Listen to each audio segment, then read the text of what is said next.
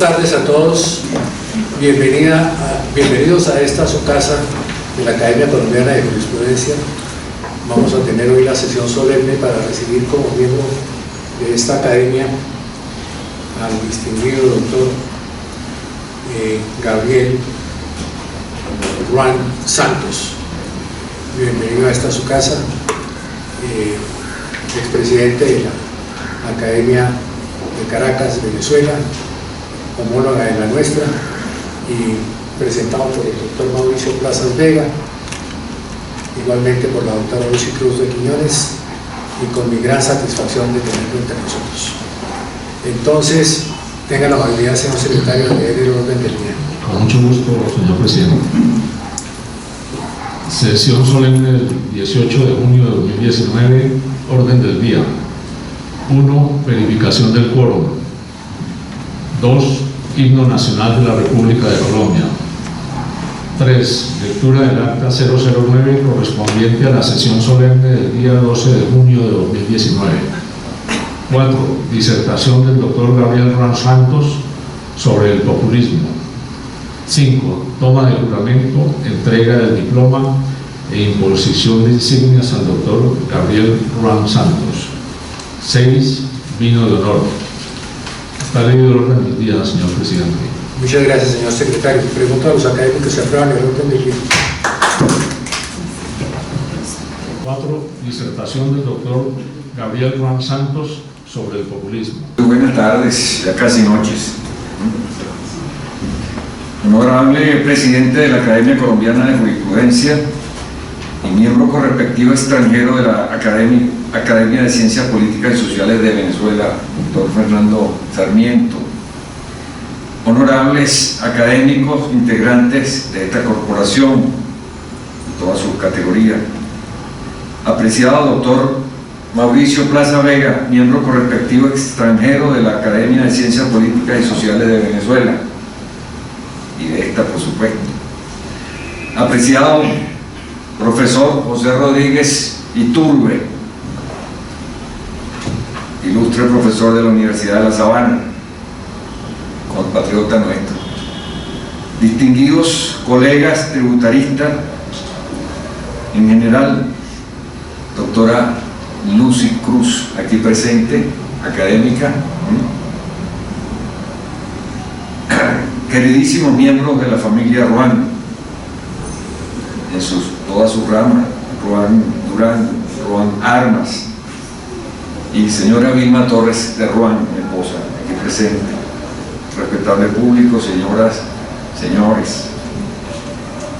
Les presento además saludos del doctor Alan Randolph Brewer Carías, miembro de esta corporación, que me pidió especialmente dirigirle un saludo a todos los académicos desde allá de su lugar de exilio en Nueva York, donde se encuentra. Es un altísimo honor y motivo de inmensa alegría para mí el haber sido elegido miembro correspectivo extranjero de esta ilustre y más que centenaria Academia Colombiana de Jurisprudencia, e igualmente por la realización en este día de este acto solemne de posesión, lo cual representa uno de los logros más importantes de mi vida profesional y académica, el motivo del más dilatado agradecimiento a quienes han decidido aceptar mi postulación e incorporarme a este culto cuerpo académico. Significativos vínculos ancestrales me unen a Colombia, donde residen muchos de los miembros de mi extensa familia nacidos en este país. Mi padre, Hugo Ruan Durán, nació en Cúcuta el 12 de mayo de 1898, con la terminación del siglo XIX y el inicio del siglo XX, de manera que fue un hombre de entresiglos y de frontera. Su abuelo paterno, Hugh Scott Ruan, provenía de la isla originalmente anglo-danesa de San Juan, quien había llegado a Maracaibo para desempeñar actividades comerciales en la segunda mitad del siglo XIX. Sus padres fueron Temístocles Ruan Sariol y su madre Dorila Durán González, oriundo el primero de Maracaibo, Venezuela, establecido en Cúcuta por motivos laborales, y la segunda nativa de Pamplona, Colombia. Sus hermanos, también nacidos en Cúcuta, fueron Augusto, Felipe, Antonio, Ernesto y Olga. Como muchos otros jóvenes de la frontera, Hugo Ruano tuvo lo mejor de su instrucción y formación con los padres eudistas, en cuyo seminario estudió por varios años, sin llegar a ordenarse como sacerdote. Parece que esta era una modalidad usual en la época de recibir formación, sin tener el propósito de ordenación. Así también lo haría su hermano Felipe con los padres jesuitas. Después de su traslado a Venezuela en 1925, Hugo Ruano fue primordialmente un educador, dedicado a las disciplinas humanísticas, en especial la gramática y la historia universal, y escritor de manuales de esas materias para la educación media. Por su pasión por la gramática y literatura castellanas, siempre llevaba bajo el brazo los textos de Manuel Antonio Caro y Rufino José Cuervo, Miguel Antonio Caro, perdón, famosos humanistas, filólogos y escritores colombianos.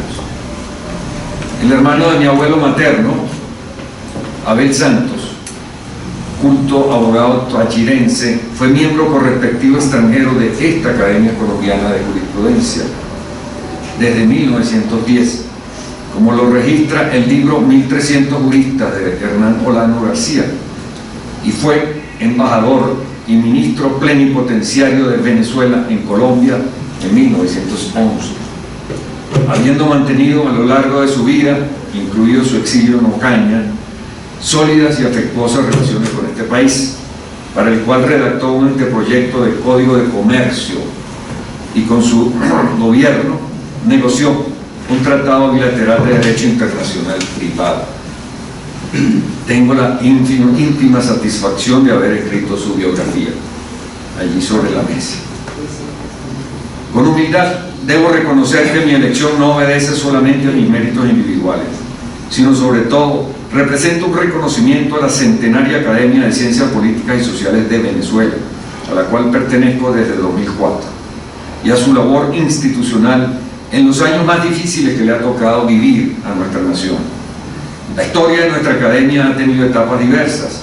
Su fundación fue promovida por dos grandes juristas e historiadores venezolanos, como fueron José Gil Fortul y Pedro Manuel Arcaya, creada por ley del año 1915, como una institución pública autónoma de asesoría legislativa al régimen dictatorial del general Juan Vicente Gómez, el cual había cerrado la Universidad Central de Caracas en el año 1912 y hasta 1922 por causa de las protestas estudiantiles en contra del continuismo oficial.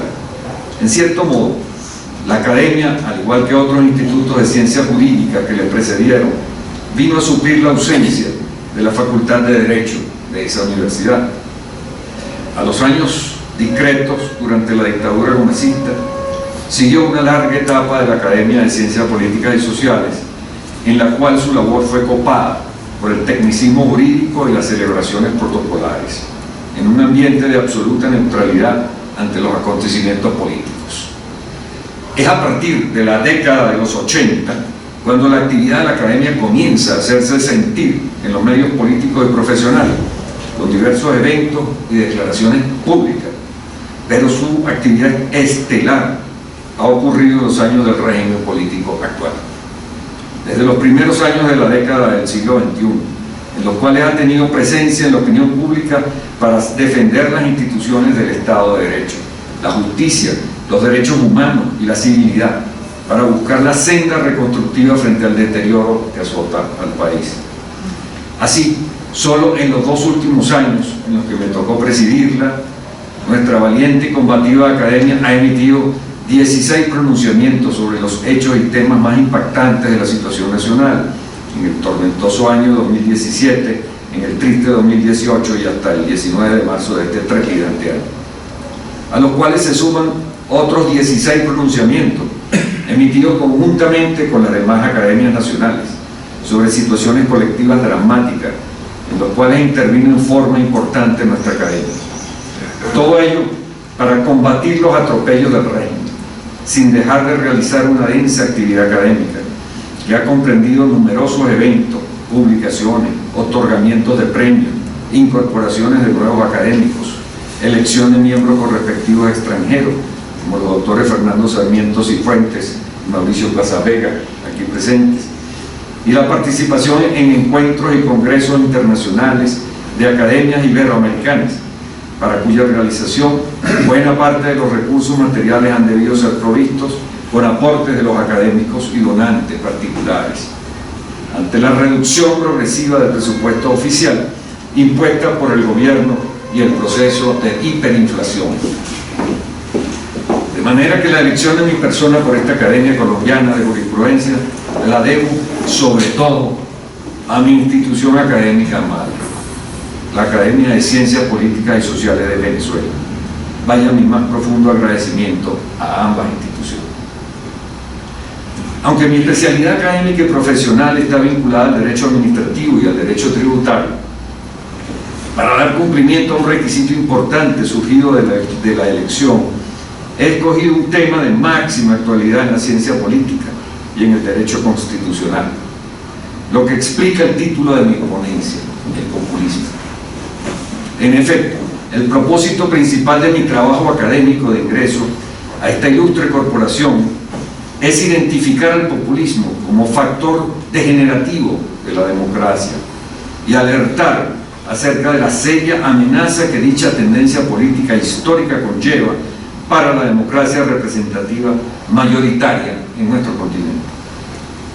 En vista de que hablar de populismo y de amenaza populista para el mundo occidental es algo confuso y plagado de incertidumbre, se hace necesario precisar con la mayor exactitud posible lo que la literatura especializada y la experiencia vivida permiten establecer específicamente como populismo y prevenir a las naciones latinoamericanas frente a sus causas y desarrollo. En este sentido, es conveniente advertir que casi nadie se autoproclama como populista y que el término en cuestión suele ser utilizado como un calificativo negativo o insultante en el debate político de nuestro tiempo, hasta el extremo que el sociólogo italiano Marco Deramo afirma: se parte de que hoy el populismo no es jamás una autodefinición. Populista no es algo que te proclama a ti mismo, sino un epíteto que te endosan tus enemigos políticos.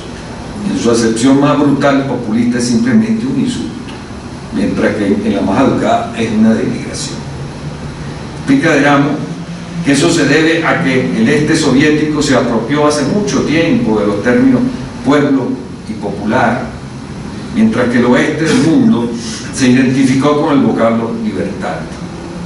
Sin embargo, decimos nosotros que el populismo existe objetivamente, no es una entelequia, y tiene una potencia de movilización notoria que quien lo ignora se expone a un severo perjuicio. El apreciado académico de esta corporación, Cesario Rocha Ochoa, ha afirmado que la amenaza principal contra la libertad y la democracia es hoy en día el populismo, entendido este último no como una ideología, sino como una epidemia viral muy tóxica, que consiste en una degeneración de la democracia que puede acabar con ella desde dentro y que ataca por igual a muchos países con independencia de su desarrollo, revistiendo diversas máscaras para encubrir a los movimientos de ultraizquierda y a los extremismos derechistas. El trabajo académico que hemos presentado consta de 10 capítulos, que no leen en el día de hoy, por supuesto. Introducción, delegitimación de la democracia, aproximación al concepto de populismo, populismo y democracia mayoritaria, declinación de la democracia mayoritaria en Venezuela, teorías del populismo, que las hay, muchas. ¿Qué es la patocracia? Término interesante. Constitucionalismo populista, el populismo chavista y conclusiones. En acatamiento de las pautas temporales de este acto y en consideración a la paciencia de la distinguida concurrencia, solo nos referiremos al contenido de 3 de los capítulos del trabajo, con incidencia en los aspectos que estimamos de mayor interés en esta ocasión. El término populismo es normalmente usado como un sinónimo de antiestablecimiento. Expresa el autor liberal Jan Werner Müller, porque atenta contra las bases de la democracia representativa en el mundo occidental. Según dicho autor, el término es primariamente asociado con estados de ánimo y emociones de rabia, frustración, resentimiento en líderes políticos y multitudes de seguidores en Estados Unidos y en Europa, así como también en América Latina, señalándose los ejemplos de líderes y movimientos como Donald Trump, Bernie Sanders, Marine Le Pen, Geert Wilders, Syriza, Podemos, así como la ola rosa en América Latina con Rafael Correa, Evo Morales y sobre todo Hugo Chávez Frías. Sin embargo, surge la duda de si todos esos casos son verdaderos ejemplos de populismo, o si hay entre ellos algunos que son solamente representativos de fuertes reacciones electorales dentro del cuadro de la democracia representativa. La diversidad ideológica que se observa en los casos mencionados, entre los cuales son incluidos sin mayor análisis movimientos políticos de derechas y de izquierdas, hace necesario indagar con seriedad cuáles son las notas que definen al populismo, si acaso esto es posible, con la finalidad de dar algo de precisión al término y disminuir la vaguedad con la que frecuentemente se le asocia y se le aprecia, el cual suele confundirse con las prácticas demagógicas de la política y con llamados emotivos de los políticos al pueblo, cuyo pensamiento y sentimiento buscan cautivar dentro de ciertos márgenes institucionales. Los populistas siempre encarnan fuertes críticas a las clases dominantes, élites gobernantes, oligarquía. Pero esto no es razón suficiente para identificarlos, porque dichas críticas podrían ser justificadas en el contexto de una democracia representativa que preserve los límites de la convivencia. Es connatural de la democracia la crítica de los gobernantes, sobre todo cuando tienden a permanecer mucho tiempo en el poder, y de las instituciones mismas cuando se estancan dentro de ciertos límites de moderación. Lo característico de las críticas populistas a las élites gobernantes y al establecimiento social es la dicotomía antagónica e irreconciliable que plantean entre el pueblo y las élites, hasta el punto de dividir en términos absolutos la sociedad en pueblo y antipueblo, bajo la dualidad de amigos y enemigos propia del lenguaje de Carl Schmitt, con la finalidad de ahondar los conflictos sociales, mantenerlos como motores del cambio político, con lo cual parecen seguir la conocida estrategia confrontacional del marxismo-leninismo, basada en las contradicciones del sistema capitalista. El proceso de crítica y oposición a las élites gobernantes, desearía un poquito de agua. Gracias.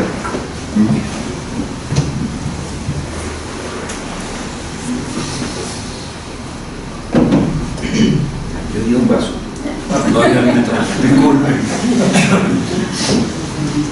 El proceso de crítica y oposición a las élites gobernantes lleva a los populistas a la construcción de una noción propia de pueblo, lo cual realizan en forma retórica y abstracta, pues más que un concepto tomado de la realidad social, crean una identidad política con el lenguaje y fijan nominalmente esta noción para incluir convencionalmente dentro de ella a los grupos sociales que mantienen demandas diferentes e insatisfechas contra la sociedad, pero coinciden vagamente en su actitud de oposición drástica, aunque se trate de conjuntos heterogéneos de la población o pertenecientes a distintas clases sociales.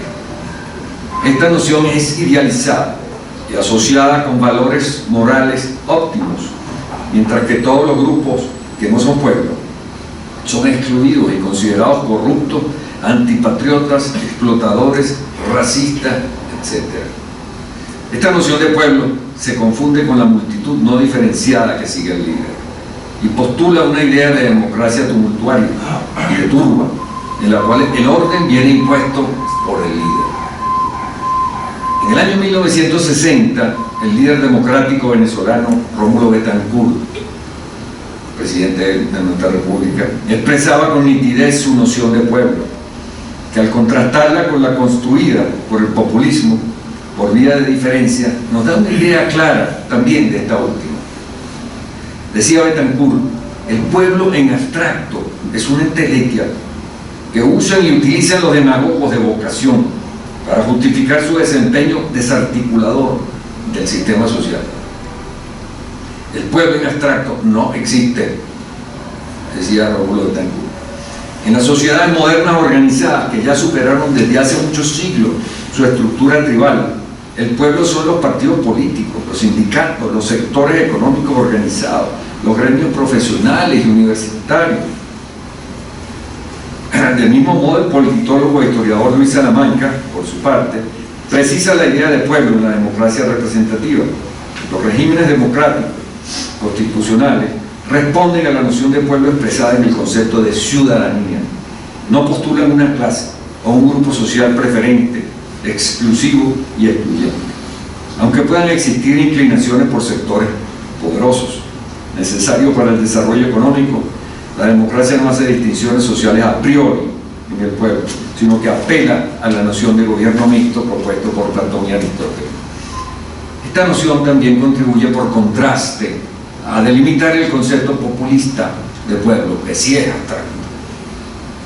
Consecuentemente, el populismo adopta un propósito hegemónico y rechaza el pluralismo, porque reclama para sí la representación política exclusiva y moral del pueblo, desconociendo la legitimidad de su oponente, excluyéndoles absolutamente de la pertenencia al pueblo y desconociendo progresivamente todos sus derechos.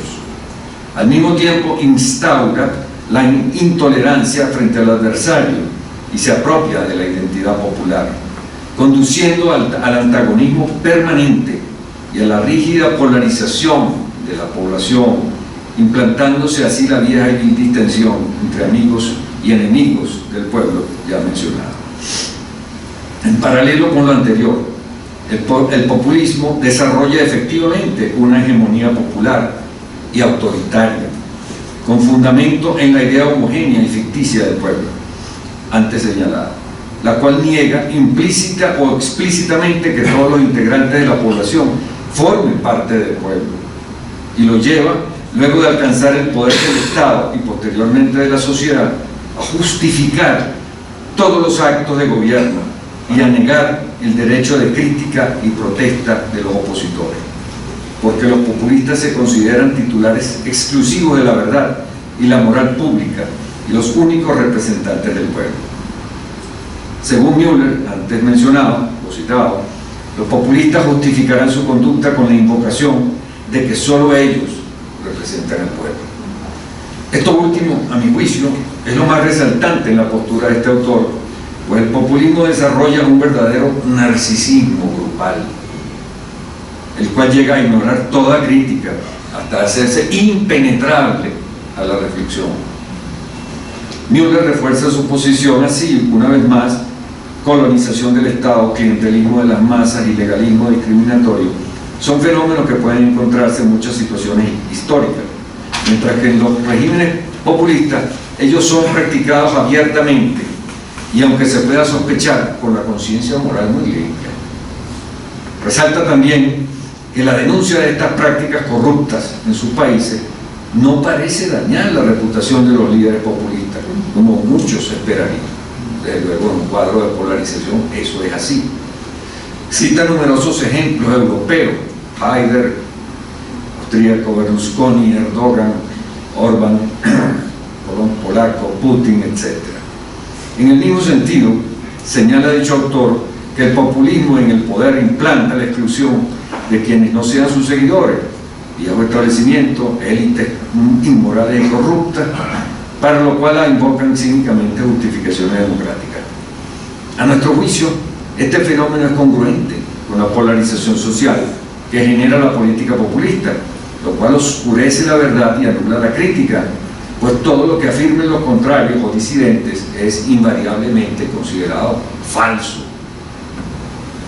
Aunque no sea un fenómeno exclusivo del populismo, sino de todas las ideologías colectivistas, porque todas tienden en su esencia al carácter hegemónico, el populismo adopta y profundiza el estatismo económico, pues hace del Estado instrumento de la dominación económica, con el objetivo de asegurar la dominación política.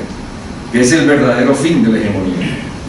En este sentido, desarrolla una política persistente de estrangulamiento del sector privado de la economía y de la libre empresa, con el objeto inmediato de aniquilar o reducir al menos la posibilidad de oposición al régimen. Y esto lo hemos vivido crudamente en Venezuela.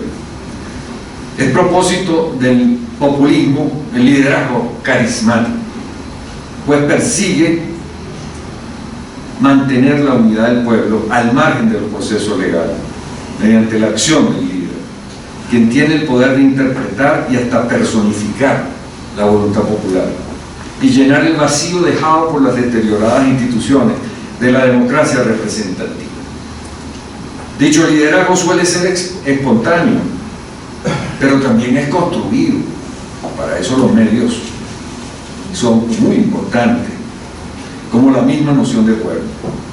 El líder mantiene una relación directa con el pueblo, sin mediación de ninguna organización, hasta el punto de crear la identidad pueblo-líder. Gaitán no es un hombre, Gaitán es el pueblo. Creo que lo decía él mismo. Chávez es el pueblo, también lo decía él mismo. Se trata de una dependencia absoluta, donde no hay pedagogía del gobernante hacia los gobernados.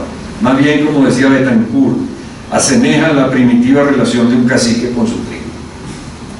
Siguiendo a Laclau, Ernesto Laclau, en la unidad del pueblo, el papel del líder es capital. Tiene que lograr, en cierto modo, el cierre del macrosujeto, que es el pueblo. De manera que lo que él representa como polo identificativo cierre todas las fisuras de las diferencias y disuelva la pluralidad. Esto es precisamente el pegamento fundamental.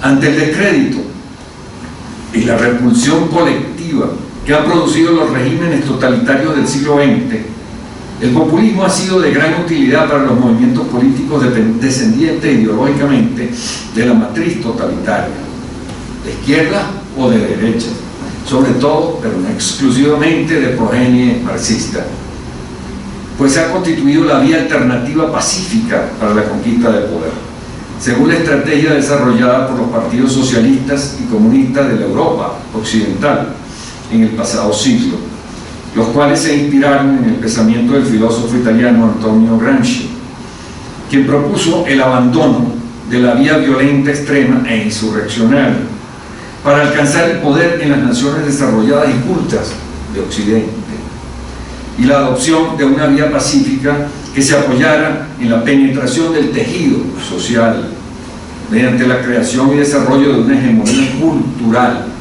del pueblo, la cual debía construirse antes de llegar al poder político, precisamente para sustentar la vía escogida de apropiación del liderazgo social y posteriormente de la autoridad.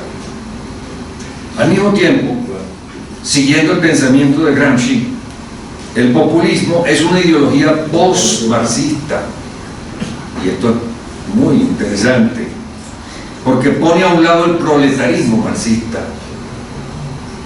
No es un movimiento uniclasista, y propicia la alianza de clases insatisfechas con el status quo del sistema capitalista y la democracia liberal. De allí deriva la conocida posición anticapitalista y antiliberal del populismo, asociada más a un discurso propagandístico y proselitista que a su verdadera naturaleza. Con palabras de José Luis Villacañas, el populismo quiere adaptarse a esa verdad de la movilidad y de la contingencia de la historia, a esos ritmos por los que unos entran y otros salen de la entidad colectiva llamada pueblo. Lo anterior podría explicar justificadamente por qué se ha calificado el populismo como una máscara de movimientos autoritarios, o también como una ideología de transición, como fue la nuestra en Venezuela, para facilitar el advenimiento de sistemas políticos rechazados en el pasado por las sociedades occidentales. Pues para evitar el rechazo, los movimientos políticos populistas adoptan genéricamente las pretensiones populares y encubren sus genuinos propósitos autoritarios, para lo cual la manipulación de las emociones de las masas humanas y el carisma de los líderes sustituyen la necesidad de formular racional y concretamente programas de gobierno y medidas destinadas a solucionar los problemas de los grupos populares, cuya representación asumen exclusiones. Como sostiene Álvarez Yáguez, otro autor español, en el orden discursivo o ideológico habría que mencionar el carácter difuso, no preciso de sus programas, a menudo por la dificultad de armonizar las demandas en conflicto de los sectores heterogéneos en que se apoyan. Recuerden el policlasismo. Discrepancias que procuran no explicitarse frente a lo argumentativo, frente al perfilamiento de razones claras, predomina más bien lo narrativo, la invocación de símbolos, el estímulo de las emociones y afectos, un estilo más romántico que ilustrado, la simplificación abusiva en el planteamiento de las cuestiones y de su solución, como ha establecido Margaret Canavan. Su política no es de orden pragmático, sino redentor, de salvación. Allí está el meollo. También la vía pacífica de acceso al poder explica que los movimientos populistas utilicen los mecanismos de la democracia representativa en su estrategia. Sabido es que los populistas niegan la representatividad de los partidos y dirigentes políticos de la democracia liberal, pero al mismo tiempo se autoatribuyen la representación exclusiva del pueblo, la cual aspiran a ejercer en forma monopólica a través de los medios de la democracia representativa: el voto, los partidos de masas, el mercadeo electoral, el parlamento, el poder ejecutivo, el poder judicial y la administración pública. Una vez en el poder, llevan a cabo la concentración ilegítima de todas las instancias de poder en el poder ejecutivo, erigiendo a la jefatura del gobierno como la máxima jerarquía política con facultades ilimitadas. Frecuentemente hacen permanentes los estados de excepción e instauran la legislación por decretos. Organizan elecciones no transparentes, no libres ni competitivas, aunque las hagan, donde los principales candidatos opositores son previamente inhabilitados, encarcelados o eliminados, incluyendo los partidos. De allí que ciertos autores distingan hoy en día entre las democracias liberales y las democracias iliberales o plebeyas, significando que estas últimas, por su carácter popular, exageran el poder de la mayoría, efectiva o simbólica, desconocen la separación de los poderes y las garantías constitucionales del Estado liberal democrático, principalmente de los individuos y de las minorías políticas y sociales. En el mismo sentido de distorsión de la democracia representativa, entre cuyos principios fundamentales destaca la alternancia de los gobernantes y representantes, los líderes populistas implantan la perpetuación del poder, porque consideran insuficientes los periodos electivos para desarrollar su propósito de establecer un nuevo régimen sociopolítico, para lo cual no dudan en reformar la constitución política para permitir la reelección indefinida y manipular los sistemas electorales para asegurar el triunfo de los comicios. Con el tiempo se desentienden de todos los principios constitucionales que invocaron cuando no estaban en el poder y avanzan hacia la autocracia y la dictadura, y desconocen los derechos humanos con los cuales hicieron proselitismo. La Constitución termina siendo una mera fachada, pues las reglas efectivas serán dictadas ejecutivamente y conformarán un ordenamiento jurídico paralelo hasta tanto se pueda dar el salto cualitativo definitivo a un régimen totalitario.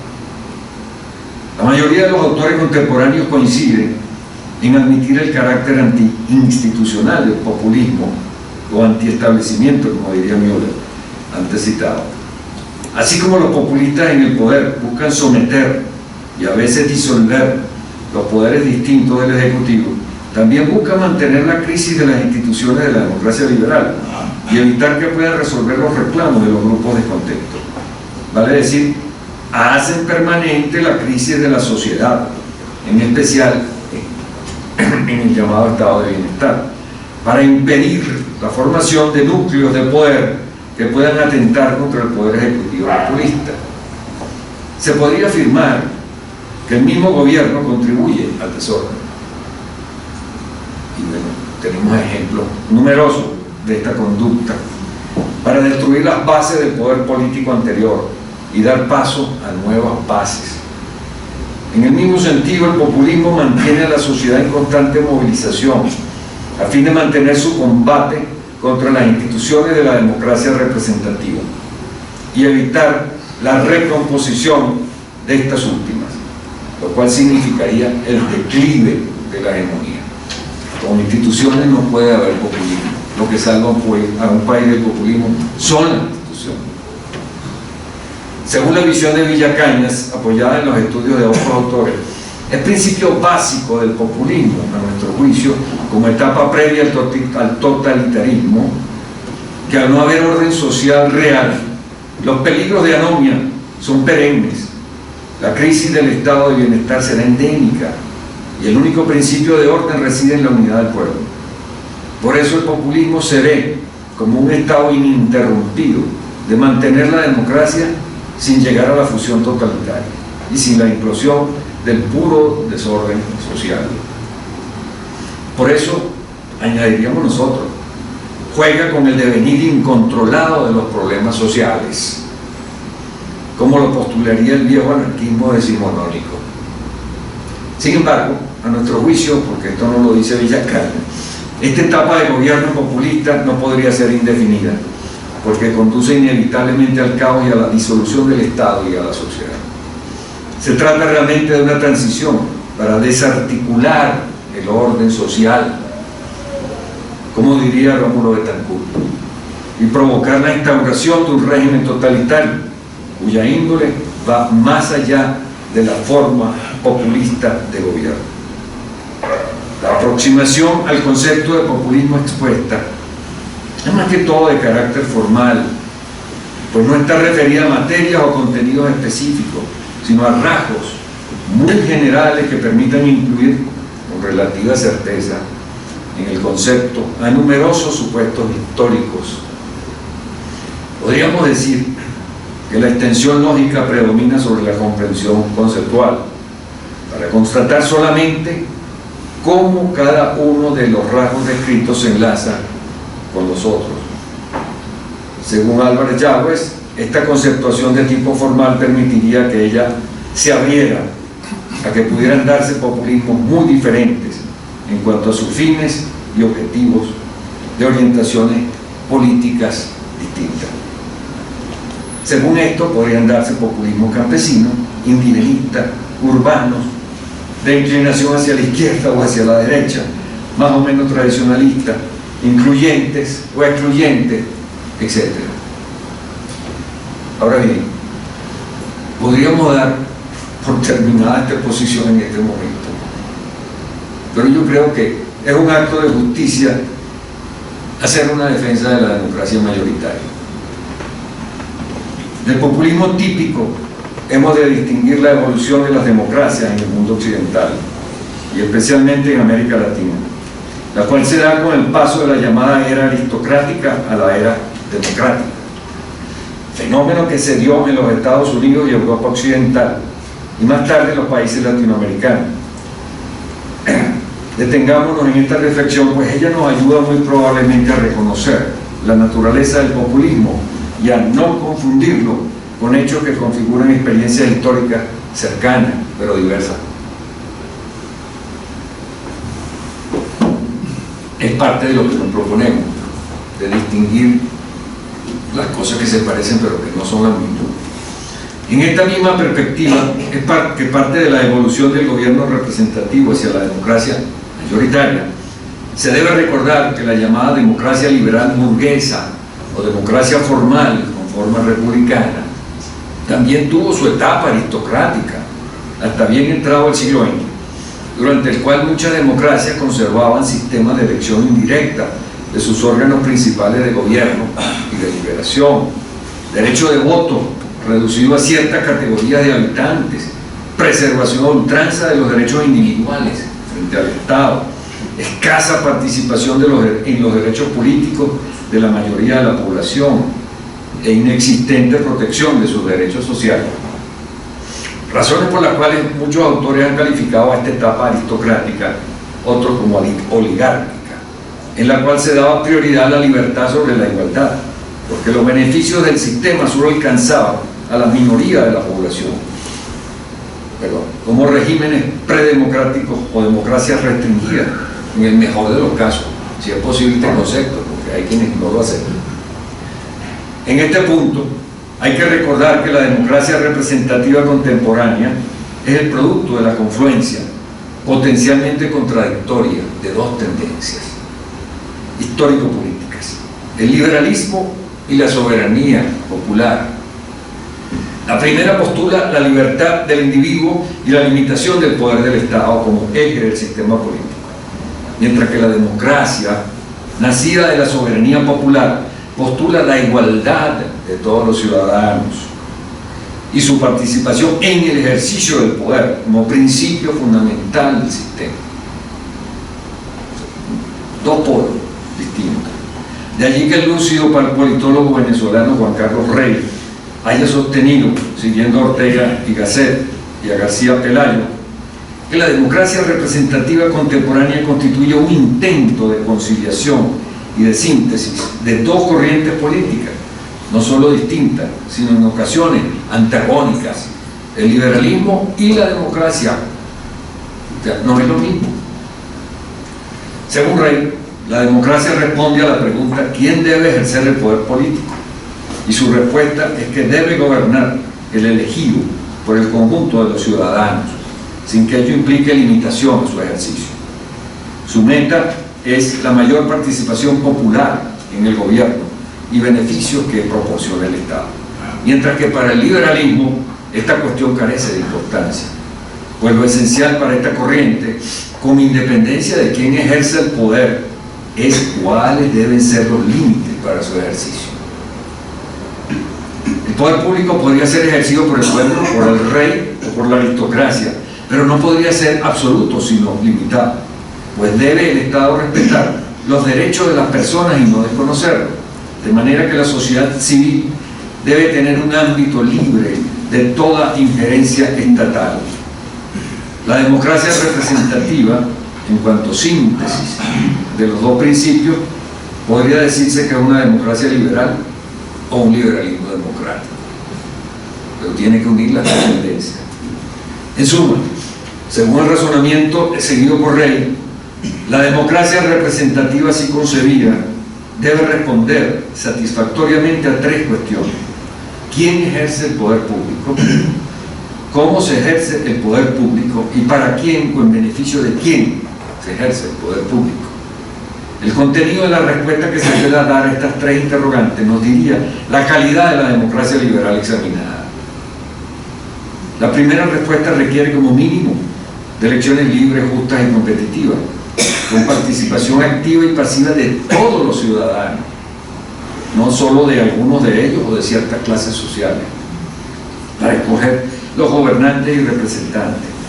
La segunda respuesta requiere de límites al ejercicio del poder público, configurados por el Estado de Derecho, la separación de poderes, el imperio de la ley y el respeto de los derechos humanos. La tercera respuesta está referida a quiénes son los beneficiarios de las políticas y decisiones públicas, o sea, al contenido y fines de la acción del Estado, la cual debe atender las necesidades e intereses de todos los sectores de la población. Buena diferencia con el liberalismo ortodoxo. La respuesta a estas cuestiones nos permitirá distinguir las diferentes especies de la democracia representativa y a estar en capacidad de reconocer lo que han sido las democracias mayoritarias en el mundo occidental, y en especial en nuestro continente. En una primera etapa, las democracias dieron predominio a la libertad y limitaron drásticamente el poder del Estado para intervenir en la esfera del individuo. Según explica García Pelayo, la burguesía económica y los intelectuales asumieron el poder, y para estos grupos sociales lo importante era el despliegue libre y seguro de la personalidad frente al Estado. Por su mayor capacidad material e intelectual, estos grupos asumen la conducción de la sociedad e integran un estrato calificado que les permite obtener de ella los mayores beneficios, pero tal objetivo no podría llevarse a cabo sin el dominio del Estado, y para ello se debe dar acogida al principio democrático, pero sí triplemente limitado en cuanto a las fuerzas sociales que iban a ser sujetos activos, sufragio censitario, no todo el mundo vota, y a su neutralización por otras fuerzas, cámara alta, incluso que no eran elegidas por el pueblo, sino por el gobernante. En cuanto a la amplitud de su esfera, que se ciñe exclusivamente a la seguridad jurídica, sin pretender penetrar en otros campos, como económicos, sociales, etc. Y en cuanto a su limitación por los principios liberales, tal como lo expresaba Benjamin Constant, es decir, el ejercicio ilimitado de la soberanía, pues la universalidad de los ciudadanos no podría disponer de la existencia de los individuos. Hay una parte de la existencia humana que permanece individual e independiente y que está fuera de toda competencia social. Hoy en día podría decirse que es el ámbito de los derechos humanos. Pero el desarrollo mismo de la sociedad propició el ascenso de nuevos grupos sociales y la situación vital era diferente de los que enfrentaron al Estado absolutista. Aparecen las clases medias y obreras y el proletariado urbano, los cuales exigen reformas, mayor participación en el Estado y la distribución de beneficios sociales entre los sectores desatendidos. Obtienen el sufragio universal y, por ser numéricamente mayoritarios, reducen o desplazan a las élites gobernantes, o en el mejor de los casos las obligan a compartir con los nuevos grupos. Es lo que ha sucedido recientemente. Estos últimos profesan sentimientos colectivistas frente a los valores del individuo y organizan sus luchas políticas ante la burguesía económica y las instancias públicas en forma solidaria y no competitiva. Buena diferencia con el liberalismo. Se produce la masificación de la democracia y dentro de ella a estos grupos les interesa más la liberación y el ascenso social como grupos o clases que como individuos, inspirados en las diversas expresiones de la ideología marxista. Eso es verdad. Esta lucha conduce al acceso al Estado de estos nuevos grupos como aliados de las viejas élites o como entidades dominantes, y se implanta un nuevo modelo de democracia que no se limita a los fines básicos de la organización estatal, sino que incorpora a su acción la generalidad de las actividades sociales, como la planificación de la economía, la industrialización, la reforma agraria, la educación, la salud, etc., las cuales son intervenidas progresivamente por el Estado. Surge así la democracia de las mayorías, la cual da preferencia a la igualdad sobre la libertad, y por consiguiente la acción del Estado deberá garantizar la igualdad real de los ciudadanos, no solamente su igualdad ante la ley o igualdad formal, que garantizaban todas las constituciones liberales, pero que se mostraba insuficiente para asegurar la participación de todos. De allí que la democracia debió incorporar no solamente los derechos constitucionales de libertad, sino los derechos constitucionales de prestaciones económicas y sociales para todos los grupos sociales menos favorecidos. Se trataba de hacer posible la democracia para todos. Este era el ideal. En relación con esta etapa de la evolución democrática, comparto la posición del filósofo, sociólogo y politólogo argentino Ernesto Laclau, uno de los famosos estudiosos del populismo, quien ha expresado: los estados latinoamericanos se constituyeron en la segunda mitad del siglo XIX en torno a oligarquías cuya base económica era esencialmente agroexportadora y cuya forma política dominante fue el liberalismo. El mismo éxito de su inserción en el mercado mundial condujo a un rápido proceso de urbanización y a una emergencia de sectores medios que hacia la segunda mitad del siglo XX comenzaron a exigir una participación creciente en el sistema político. Es importante advertir, dice Laclau, que esta protesta no cuestionaba en forma alguna la forma liberal del Estado.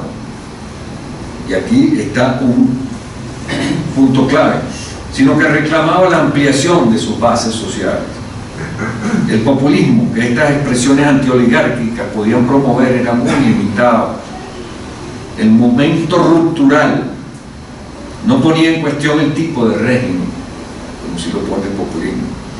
Fue solo después de la crisis de los años 30 que las posibilidades de reforma del Estado liberal oligárquico se revelaron como ilusorias, por lo que en los años 30 y 40 asistimos a rupturas populistas más radicales, como el peronismo en Argentina, el varguismo en Brasil y el MNR, Movimiento Nacional Revolucionario, en Bolivia. Opinamos que esta ola reformista de las democracias liberales, encaminada hacia la democracia mayoritaria, se vio mejor representada por los cambios importantes de intensificación y extensión de la democracia generados en América Latina en el siglo XX, por la acción de movimientos de izquierda tradicional, como el APRA en el Perú, Acción Democrática en Venezuela, Liberación Nacional en Costa Rica, el Partido Liberal en Colombia, encabezados por líderes como Víctor Raúl Aya de la Torre, Rómulo Betancourt, José Figueres, Alfonso López Pumarejo y Eduardo Santos, principalmente. Sin embargo, algunos de estos movimientos fueron adversados por Estados Unidos en virtud de sus posiciones antiimperialistas y próximas al socialismo, a pesar de que muchos de ellos se apoyaban en el programa político New Deal del presidente norteamericano Franklin Delano Roosevelt. Esa era su base programática, y por causa del predominio de la obsesión ideológica anticomunista del conservadurismo norteamericano, pues fueron rechazados por ese país. En Colombia destacamos la Revolución en Marcha, encabezada por el presidente Alfonso López Pumarejo, líder máximo del Partido Liberal de este país. Se atribuye a este proceso de reformas profundas dentro del marco democrático la trascendental modificación de la Constitución Política Colombiana en 1936, la Ley de Tierras y las reformas tributarias, educativa y laboral, así como el avance de la intervención del Estado en la economía. Sin embargo, el presidente López Pumarejo insistía en el carácter modernizador de la democracia liberal de su gobierno, porque, cito, nuestra política es revolucionaria sin ser marxista ni clasista, en modo alguno pretende modificar el orden social existente. En opinión del profesor Mauricio Plaza Vega, aquí sentado a mi lado, la reforma constitucional de 1936 en Colombia puede concebirse como síntesis del liberalismo moderno que se impuso sobre el liberalismo clásico e individualista, al cual cuestionó sin ambajes en medio de la necesidad de legislaciones de verdadero contenido social.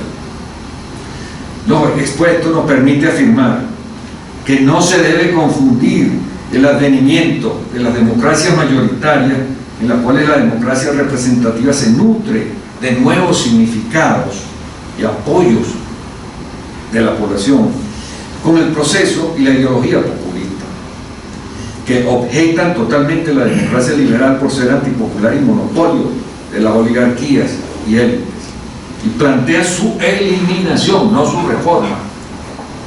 Ahí hay un punto de quiebre fundamental, mediante la implantación de una concepción hegemónica del poder del pueblo, conducida por liderazgos autoritarios y predominio del estatismo. De allí que la CLAU, y cito particularmente a la CLAU, por ser prácticamente el representante más claro de los estudiosos de esta materia, haya dicho acertadamente, que el populismo implica la ruptura con la democracia representativa, aunque el proceso provenga de ella misma. Por eso el mencionado autor señala que los verdaderos populismos vividos en el siglo XX en América Latina fueron el peronismo, el varguismo y el nacionalismo revolucionario boliviano, a los cuales con posterioridad nosotros añadiríamos el régimen militarista de izquierda peruano, liderado por el general Juan Francisco Velasco Alvarado. En el siglo XXI, apareció con fuerza una nueva tendencia populista en Latinoamérica, encabezada por el chavismo, de inspiración castrocomunista en Venezuela, proyectada en Nicaragua y en Bolivia, y con rasgos menos pronunciados en Ecuador, Brasil y Argentina. En todos los casos mencionados ha habido la preexistencia de democracias representativas mayoritarias, cuyas instituciones no llegaron a satisfacer las demandas populares, perdiendo por esta causa el apoyo de la población, y paulatinamente devinieron en regímenes populistas. Esta es la explicación. Se debe insistir, para cerrar este punto, en que las llamadas democracias mayoritarias conservan no solo el conjunto organizado de libertades públicas propio del sistema liberal, sino también la compleja organización del Estado de Derecho, destinada a limitar el ejercicio del poder público, a lo cual agregan los derechos económicos y sociales y los procedimientos de intervención del Estado en la economía, cuyo objeto primordial es asegurar la capacidad de los sectores menos favorecidos de la sociedad para participar en pie de igualdad de los beneficios de la democracia representativa liberal. Desde luego que ha habido ejemplos históricos de democracia mayoritaria en los cuales se ha incurrido en excesos de autoridad e intervención en la esfera privada de los ciudadanos, que las han aproximado al populismo y a regímenes pretotalitarios debido al grado alcanzado de restricción de las libertades públicas. Pero esto no debe llevarnos a confundir el modelo o forma de gobierno. No obstante, las narrativas detractoras del populismo contra la democracia representativa, incluyendo las de naturaleza mayoritaria por su forma y contenido, la historia demuestra, y dentro de ella, la historia demuestra que siempre hubo frenos al poder de los líderes máximos de esa democracia, y dentro de ella funcionaron inaceptablemente los mecanismos de limitación del poder público. El poder personal de dichos líderes no encarnaba la voluntad popular, aunque gozaban de mucha popularidad. Pero los órganos de representación del pueblo, en sentido total y no fraccional, ejercían plenamente sus funciones, y la población se expresaba libremente a través de elecciones justas y transparentes.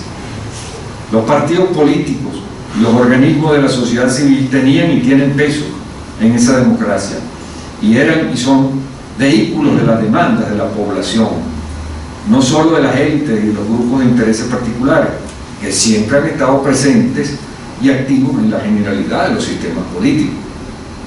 No puede haber ningún régimen político sin grupos privilegiados y poderosos. Pero sería una gran falsedad que líderes como Rómulo Betancourt, José Figueres, Alfonso López Pumarejo pudieran ser tildados de líderes personalistas o irrespetuosos de las libertades públicas, o que su voluntad personal se impusiera a la voluntad popular, expresada a través de la representación plural, o que sus partidos hubiesen instaurado gobiernos populistas o definitivamente hegemónicos. Esto me lleva pues a las siguientes conclusiones. Nuestro trabajo académico decanta en estas. 1. El populismo ha sido conceptuado por la literatura especializada en múltiples formas, como fenómeno, como ideología, como movimiento político, como estrategia para la toma y conservación del poder, como una mentalidad, como un discurso político sin contenido específico, como un estilo político y como una lógica social que da lugar a un modo de hacer la política. Es la tesis de Laclau, precisamente. En realidad, opinamos que participa de todas esas conceptuaciones, las cuales no pasan de ser perspectivas de captación del mismo objeto de conocimiento, según los criterios epistemológicos aplicados a su estudio, que pueden ser históricos, politológicos, sociológicos, etnológicos, lingüísticos, psicológicos y hasta filosóficos.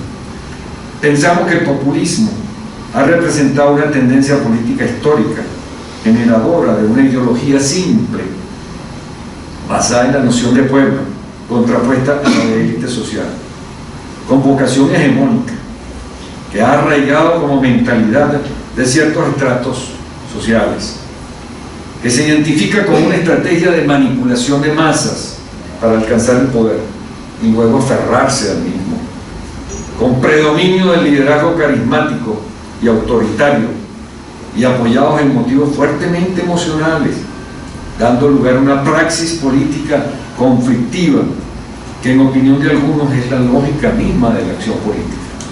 O sea que el conflicto pertenece a la política, a toda la política. Dos, por más elemental que pueda ser el populismo, es una ideología contemporánea con mucho poder de movilización de masas. Había consideración de la potencia emocional de su mensaje confrontacional, que arraiga en los grupos de la población más carentes, cuyas demandas no han sido satisfechas aceptablemente por las instituciones de la democracia representativa. Sin embargo, la simpleza o vacuidad de los postulados del populismo, que lo conforman con un contenido variado y cambiante en estas colectivas, según el país o medio social, tienen un cariz resueltamente anti-institucional y de cambio social y político, a veces con alcance radical y violento. El populismo es exageradamente demagógico, pero no toda demagogia es populista, porque ella suele estar presente también en el ejercicio democrático. El populismo puede ser descrito entonces como una ideología de transición, cuyo contenido es cambiante y adaptable, de acuerdo con el liderazgo carismático que lo motoriza y unifica los movimientos políticos de apoyo. Por esta razón, esta ideología o ruta de transición puede servir a movimientos de izquierda o de derecha, enemigos de la democracia representativa, ambos, y con pretensiones autoritarias, como máscara para ocultar los propósitos verdaderos de instaurar un totalitarismo. De allí la conveniencia de mantener indefinidos sus programas y promesas de gobierno, hasta asegurar la estabilidad de la hegemonía. Hemos sostenido que el populismo debe ser distinguido de la democracia mayoritaria como experiencia histórica, a pesar de la proximidad que pueda haber en algunos casos y de la degeneración populista de la democracia. La democracia mayoritaria es una evolución casi normal de la democracia liberal aristocrática, que se mantiene dentro de los cauces de la democracia representativa, a la cual modifica, pero sin pretender su abolición y sin desconocer los derechos del ciudadano. Se anota también que la popularidad de que gozan sus líderes no los hace omnipotentes y los coloca por encima del Estado de Derecho ni de los representantes del pueblo, como suele ocurrir en los regímenes populistas ya instaurados. En fin, la democracia mayoritaria no es anti-institucional, solo busca hacer accesible la democracia a todas las capas populares y ampliar los derechos de los ciudadanos en su contenido económico y social. Es característico del populismo abusar de los mecanismos de la democracia representativa hasta vaciarlos de contenido y alcanzar la implantación del autoritarismo.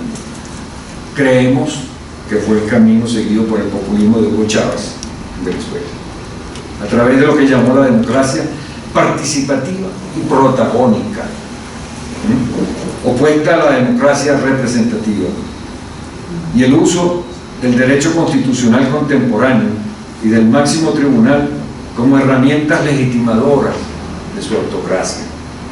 Sin embargo, una vez comprobado que la Constitución de 1999 le impedía realizar su proyecto socialista de Estado comunal, intentó reformarla y convertirla en un cascarón sin valor, colocando su gobierno al margen del ordenamiento constitucional, a través de decretos ley y sentencias complacientes del Tribunal Supremo de Justicia, cooptado políticamente, secuestrado. De allí en adelante se impuso la ideología marxista-leninista, de signo castrocomunista, particularmente en la fase del chavismo madrid, luego de la muerte de Chávez, de fortísima injerencia cubana y rusa.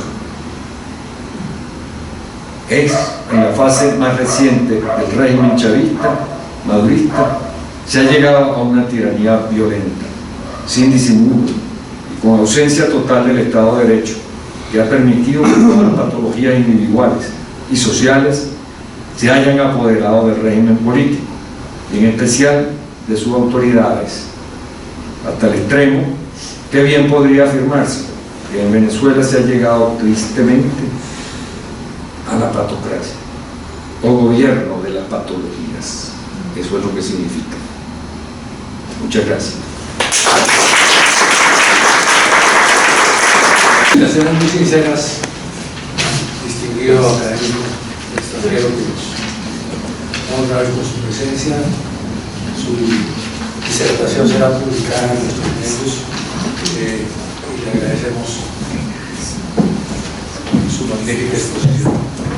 Resumen de la hoja de vida del distinguido recipiendario.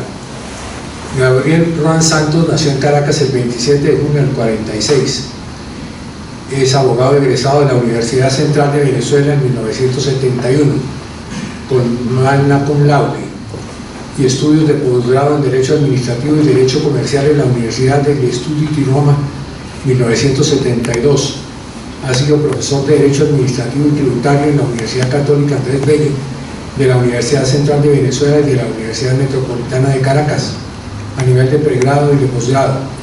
Fue abogado auxiliar adjunto y director de la Procuraduría General de la República entre 1973 y 1978.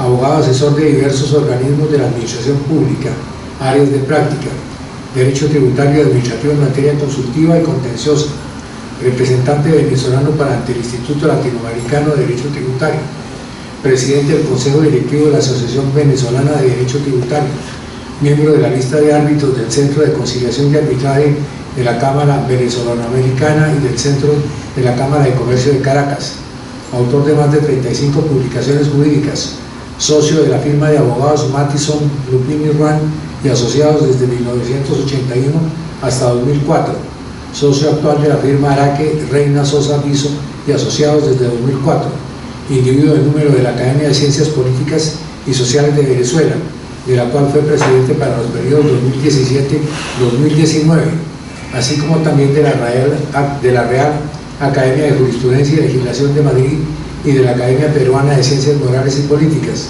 miembro de varias comisiones de redacción y revisión legislativa, pues asociado en múltiples procesos tributarios. Seguimos con el orden del día, señor secretario, por favor. 5. Toma de juramento, entrega del diploma e imposición de insignias al doctor Gabriel Ruán Santos. La Colombiana de Jurisprudencia, fundada en 1894, al doctor Gabriel Ruán Santos, que ha sido inscrito en esta corporación como miembro correspondiente extranjero de Venezuela y en atención a los méritos y demás circunstancias que concurren en él, y para que conste se les pide el presente diploma en Bogotá a 18 de junio de 2019, el presidente y el vicepresidente del secretario. Felicitaciones.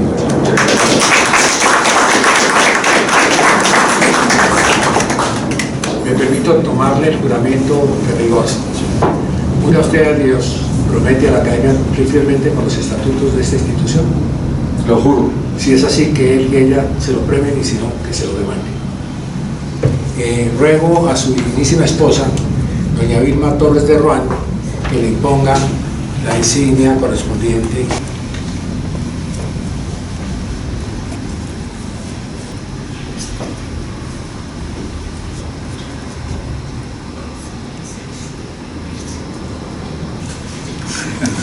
Solicito al doctor Fernando Ruán que le imponga el escudo de nuestra institución. Disculpe, por favor. Sí. Eso es clavando, ¿no?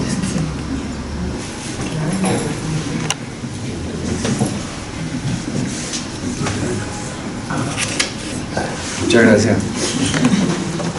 Solicito a la doctora que tenga la amabilidad de entregarle los estatutos de la institución que usted ha jurado cumplir. Purificación.